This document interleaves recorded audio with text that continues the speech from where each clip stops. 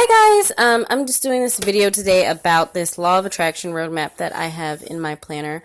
I got my planner off Amazon. It was about $35. I'll link it down below.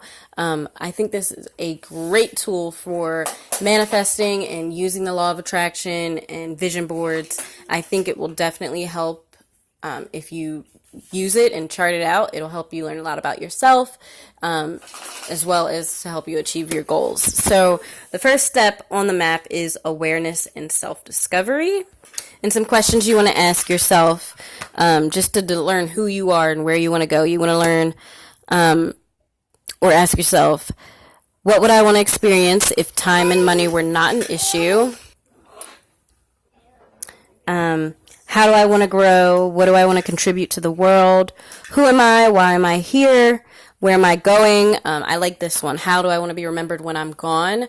I think it's important to not only set goals for yourself, but, don't be selfish. Show gratitude and appreciation and help other people. How do you want to be remembered? Do you want people to sit there and say you were selfish and blah, blah, blah, blah, blah? No, you want people to think of your goals and how you help them and how you help change their life, things like that. At least I do.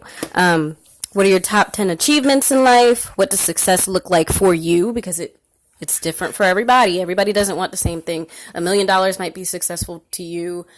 Somebody else having a family might be success. It's different for everybody, but so you have to know what you want. What brings me the most joy and sense of peace in my life? What do I value the most? What am I passionate about?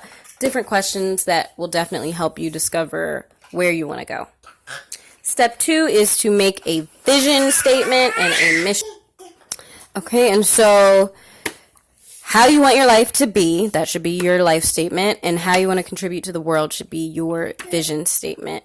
I didn't fill anything out yet because I knew I wanted to film this video, and I don't want my personal goals and stuff to be out there. Then you're going to define and craft your vision statement. What do you love to do? Is your vision specific? Is it measurable? Does it compel you to take action? A lot of people, although I think you should make big goals, be sensible with them as well. Because if you constantly set big goals for yourself, but you know that you are a procrastinator and whatnot, and you don't achieve anything, it's going to kill your confidence. If you know that you need to start small and list a bunch of small things first, then do that. So you have to know yourself, kind of, to get the most out of this. Make your mission statement. Basically, what mark do you want to leave on the world? How do you want to be remembered? At the end of the day, when God is judging you or whatever, what do you want them to say that you did? What was your best habit? How did you learn? How did you grow? What did you give back? Step 3, you're going to set big goals. So you're going to list out 50 goals that you want to achieve, big and small. Then you're going to start making these little, I forget what we called them. And we didn't call them mind maps. When we were in grade school, we called them something else. But I think definitely put your big goal and then put out ways you can go about achieving the goal. Then you want to narrow it down a bit. List your top 5 that you want to achieve and why. Then you want to list the goals that you've achieved and reward yourself for achieving them. Some people like to list fears and distractions, but some people feel like you shouldn't continue to speak them into existence. But I do feel like it's important to write them down, recognize them, and overcome them. Then you can make a chart. Where I am now, where I'm going, how do I get there? I love that they put how do I get there. A lot of places they just, where am I now? Where do I want to be? But they don't consider putting how do you get there. And I think, again, if I said it before, another thing you want to do is be very specific. Be very specific with what you want and when you want it by and why you want it. Because it's easy to say I want money, but the universe may give you money a year from now, 2 years from now. If you want it by next week, say you want it by next week. Then step 4, you're going to create a vision board and life statement. Now, your vision board can be a lot of different things. A lot of people do pictures. Some people do words. Do whatever, helps you and inspires you the most. Then for your life statement, you're going to write down in present tense Now, this is where the feeling as if comes in, where you feel like you already have it. Write down what you want it to look like in present tense. Use all of your senses. Write down how much money you want to earn, what services you can provide to other people to acquire that money. But write as much as you can, very specifically. You can even go through it as a day in the life type of thing. Oh, I wake up in the morning. I'm happy to wake up next to my partner with my kids coming in, blah, blah, blah. Tailor it to how you want it, but make it very specific. Put it in present tense and include as much detail as you can. Incorporate your senses as much as you can as well. I wake up, I feel the sun on my face, I hear the birds chirping, I can smell coffee being made downstairs, it's just simple things like that. Incorporate it so you can make it feel as real as you can. Step 5, you're going to make a clear strategy. Now, your strategy is how you're going to go about achieving your goals. And to do that, you need to learn skills. You need to know who you can learn certain skills from. Old habits you need to change and get rid of. New habits you need to come up with.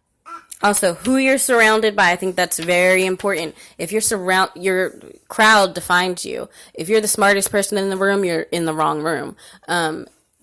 You need to surround yourself with people who have already achieved what you want to achieve, because you can only climb up from there. Everyone that's around you, energy is contagious. When you're around a very confident person, you're bound to become more confident yourself. When you're around successful people, you're bound to become more successful yourself.